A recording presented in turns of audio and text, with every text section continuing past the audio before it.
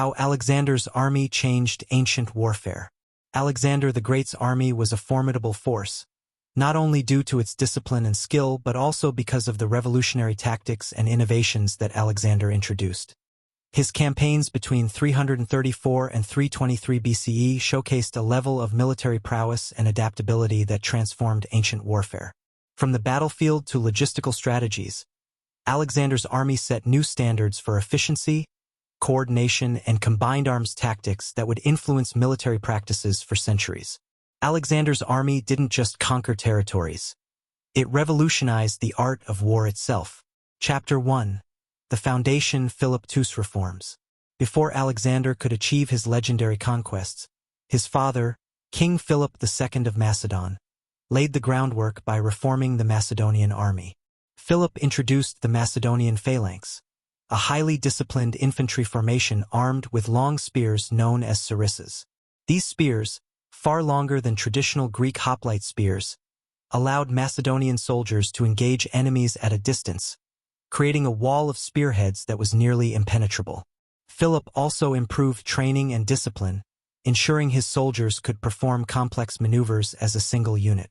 He introduced the companion cavalry, a highly skilled group of horsemen that could maneuver quickly and strike with devastating force.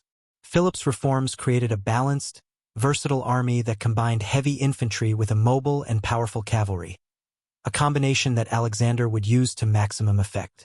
Chapter 2. Alexander's Leadership and Tactical Ingenuity. One of the greatest strengths of Alexander's army was Alexander himself. His charisma and willingness to lead from the front inspired loyalty and courage in his men. Alexander didn't just command from a distance. He was at the heart of the battle, charging alongside his companion cavalry, which made him a symbol of bravery and commitment to his soldiers. This leadership style enhanced morale, with soldiers fighting harder because they saw their king risking his life beside them. Alexander's tactical brilliance was evident in his ability to adapt to any battlefield. He combined the rigidity of the phalanx with the mobility of the cavalry, using each unit's strengths to exploit enemy weaknesses. This blend of heavy infantry and fast-moving cavalry created a combined arms approach to warfare, allowing him to respond to the enemy in dynamic ways. By coordinating multiple types of troops, infantry, cavalry, archers, and siege engineers, Alexander developed tactics that kept his enemies off balance and unable to predict his next move. Chapter 3. The Macedonian Phalanx, Strength and Flexibility. The Macedonian phalanx was the backbone of Alexander's army. Comprised of soldiers known as pezzeteroi, foot companions, the phalanx was trained to move as a single, disciplined unit. Armed with 18 to 20-foot sarissas, the phalanx created a dense formation that could repel cavalry charges and infantry alike. Each soldier's shield covered not only himself but also his neighbor, creating a formidable wall that could withstand significant force. While the phalanx's primary role was defensive, Alexander used it offensively as well. By positioning the phalanx to engage the enemy's front line and pin them in place, he created opportunities for his cavalry to strike at the flanks or rear. This ability to hold and pressure the enemy while other units maneuvered made the phalanx a versatile tool in Alexander's tactics. Chapter 4. The Role of the Companion Cavalry, the Hammer to the Phalanx's Anvil. The companion cavalry, Alexander's elite horsemen, played a crucial role in his battles, acting as the hammer to the phalanx's anvil. Alexander personally led this unit, charging into battle at critical moments to deliver a decisive blow. The companions were heavily armored and trained to fight in close quarters with spears, making them effective against both infantry and cavalry. Alexander used the companion cavalry to exploit weaknesses in the enemy line. While the phalanx pinned the enemy in place, Alexander and his cavalry would charge into exposed flanks, creating chaos and forcing the enemy to divert forces. At battles like Issus and Gaugamela, Alexander's skillful use of the companion cavalry to target key positions, often aiming directly at the enemy commander, proved decisive, breaking enemy morale and cohesion. Chapter 5. Combined Arms Warfare, Infantry, Cavalry, Archers, and Engineers. One of Alexander's most revolutionary contributions to warfare was his mastery of combined arms tactics. Unlike other armies of his time, Alexander's army operated as an integrated force, with each type of unit supporting and enhancing the others. Infantry, cavalry, archers, and siege engineers worked together seamlessly, each playing a unique role in his strategy. In battle, Alexander used archers and light infantry to soften enemy lines, cavalry to harass and disrupt formations, and the phalanx to apply pressure and hold the line. Meanwhile, his engineers constructed siege towers, catapults, and battering rams for assaults on fortified cities. This approach allowed him to adapt to a wide range of situations, from open-field battles to sieges, and ensured that his forces could tackle both traditional and unconventional warfare. This flexibility was crucial in regions like Central Asia and India, where Alexander encountered diverse terrains and unfamiliar enemy tactics. His ability to coordinate various units made his army one of the most adaptable and resilient forces of the ancient world. Chapter 6.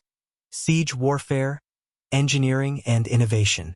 Alexander's campaigns required him to master siege warfare, as many fortified cities and island strongholds lay along his path.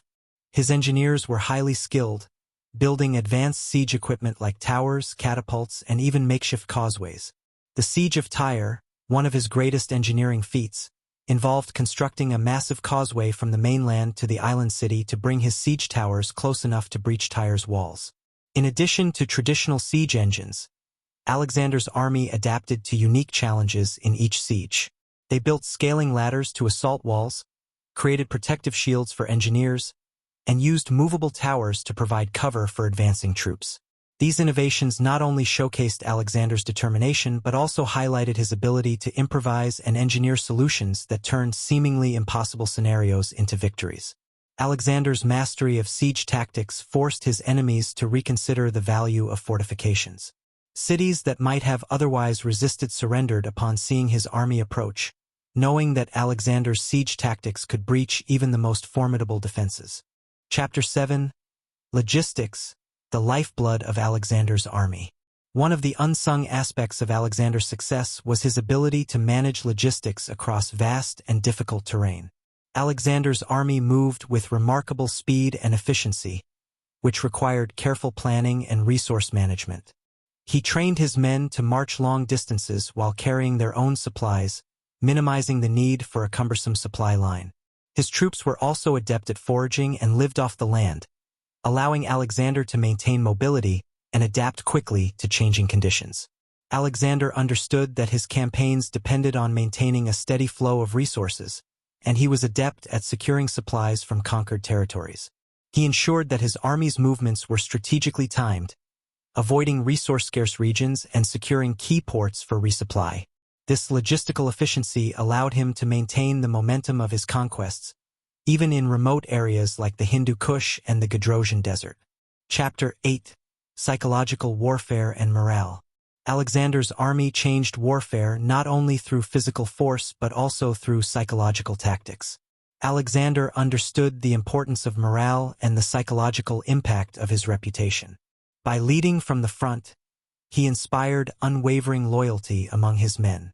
They were willing to endure incredible hardships and confront overwhelming odds because they trusted Alexander's leadership and shared in his vision of conquest. He also employed psychological tactics against his enemies, spreading word of his victories and showing mercy to those who surrendered while brutally punishing those who resisted. The Siege of Tyre, where he demonstrated both perseverance and ruthlessness, became a cautionary tale that convinced other cities to surrender rather than face destruction. Alexander's psychological mastery extended to his use of propaganda. By emphasizing his divine lineage and adopting Persian customs, he projected himself as a legitimate ruler of the lands he conquered, further demoralizing his enemies and gaining loyalty from newly subjugated territories. Chapter 9. Legacy, Transforming Ancient Warfare. Alexander's tactical innovations left an enduring legacy, transforming ancient warfare and inspiring future generations of military leaders. His combined arms approach, the integration of engineering into battlefield tactics, and his ability to adapt to varied terrain became fundamental principles in later military doctrines. Roman generals, in particular, studied his campaigns and many Roman tactics, such as the use of the legion and integrated support units, were inspired by Alexander's model. Alexander's influence on warfare extended beyond tactics. He demonstrated the importance of leadership and the power of psychological warfare.